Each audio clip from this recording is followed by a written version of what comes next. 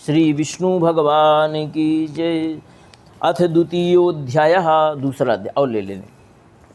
अथ द्वितीयोध्याय, घंटी कहीं पर थी ना, घंटी हम कहाँ रख दिए?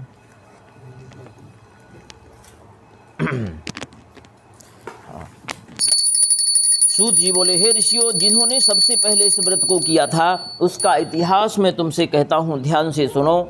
सुंदर काशी नाम की नगरी में एक अत्यंत गरीब ब्राह्मण रहते थे। वह भूख और प्यास से विचलित पृथ्वी पर घूमते।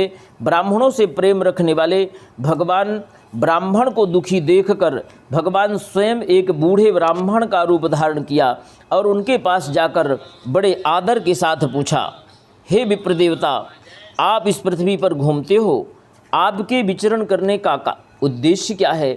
आप हमसे बताओ। ऐसा भगवान ने जब पूछा है, उस समय ब्राह्मण बोला, मैं निर्धन ब्राह्मण हूँ, भिक्षा के लिए पृथ्वी पर विचरण करता हूँ और इसी से अपने परिवार का भरण पोषण करता हूँ। हे भगवान, यदि इससे छुटकारा पाने का उपाय यदि आप जानते हो तो कृपा कर बताएं। वृद्ध ब्राह्मण के रूप में आए भगवान नारायण ने ब्राह्मण से कहा, इस घोर कलयुग में सत्यनारायण भगवान मनवांछित फल देने वाले हैं, इसलिए हे विप्र देवता, आप उन्हीं की पूजा करो, उन्हीं की कथा श्रवण करो। ब्राह्मण को व्रत का सारा विधान बतलाकर बूढ़े ब्राह्मण का रूप धारण करने वाले सत्यनारायण भगवान थोड़ी दूर जाकर अंतर्हित हो गए, अंतर्ध्यान हो गए। जिस व्रत को वृद्ध ब्राह्मण ने बताया है मैं अवश्य करूँगा, ऐसा निश्चय कर ब्राह्मण को पूरी रात नींद नहीं आई। प्रातः शीघ्रता से उठकर भिक्षाटन के लिए चल पड़े। उस दिन उनको भिक्षा में प्रचुर मात्रा में धन प्राप्त हुआ, जिससे उन्होंने बंधु बांधवों के साथ भगवान सत्यनारायण का व्रत किया और इसके करने से वह ब्राह्मण सब दुखों से छूटकर अनेक प्रकार की संपत्तियों से संपन्न हो गया। उस समय से वह ब्राह्मण प्रत्येक महीने भगवान की कथा, पूजा और सत्यनारायण भगवान के चरणों से अपार भरोसा और निष्ठा हो गई है। सूत जी महाराज कहते हैं, हे मुनीश्वर, इस संसार में इस ब्राह्मण से सुनकर के अन्य लोगों ने भी किया।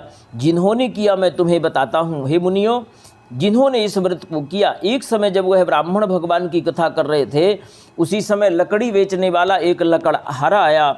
लकड़ियों का गट्ठा दरवाजे पर रखकर ब्राह्मण के भवन में गया। ब्राह्मण को प्रणाम कर प्रश्न किया, हे महाराज, आप किस देवता की पूजा करते हैं? इनके पूजन करने से क्या लाभ होगा?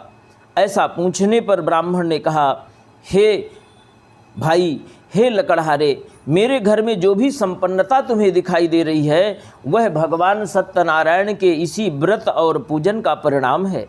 इसलिए मैं तो तुमसे भी यही कहूँगा, भगवान सत्यनारायण संपूर्ण मनोरथ पूर्ण करने वाले हैं। इनकी कृपा से जीवन में सब कुछ प्राप्त हो जाता है। उसने भगवान को प्रणाम किया। वृद्ध ब्राह्मण को प्रणाम कर प्रसाद लेकर अपने घर गया। संकल्प किया, लकड़ियाँ बेचने से जो धन मिलेगा मैं आज भगवान की पूजा करूँगा। आज जहाँ धनवान लोग रहते थे लकड़ियाँ लेकर गया, आज उसको प्रत्येक दिन की अपेक्षा चौगुना उन लकड़ियों का दाम उसे प्राप्त हुआ, जिससे उसने पके पके केले, शक्कर, घी, दूध, दही, गेहूं का चूर्ण, सत्यनारायण भगवान के व्रत की पूजन की संपूर्ण सामग्री एकत्रित कर बंधु बांधवों को बुलाकर विधि विधान से भगवान का पूजन किया। प्रार्थना किया, जिस व्रत के प्रभाव से वह लकड़हारा इस संसार में धन, पुत्र आदि से संपन्न होकर संसार के समस्त सुखों को भोग कर अंत में भगवान के वैकुंठ लोक को प्राप्त हुआ।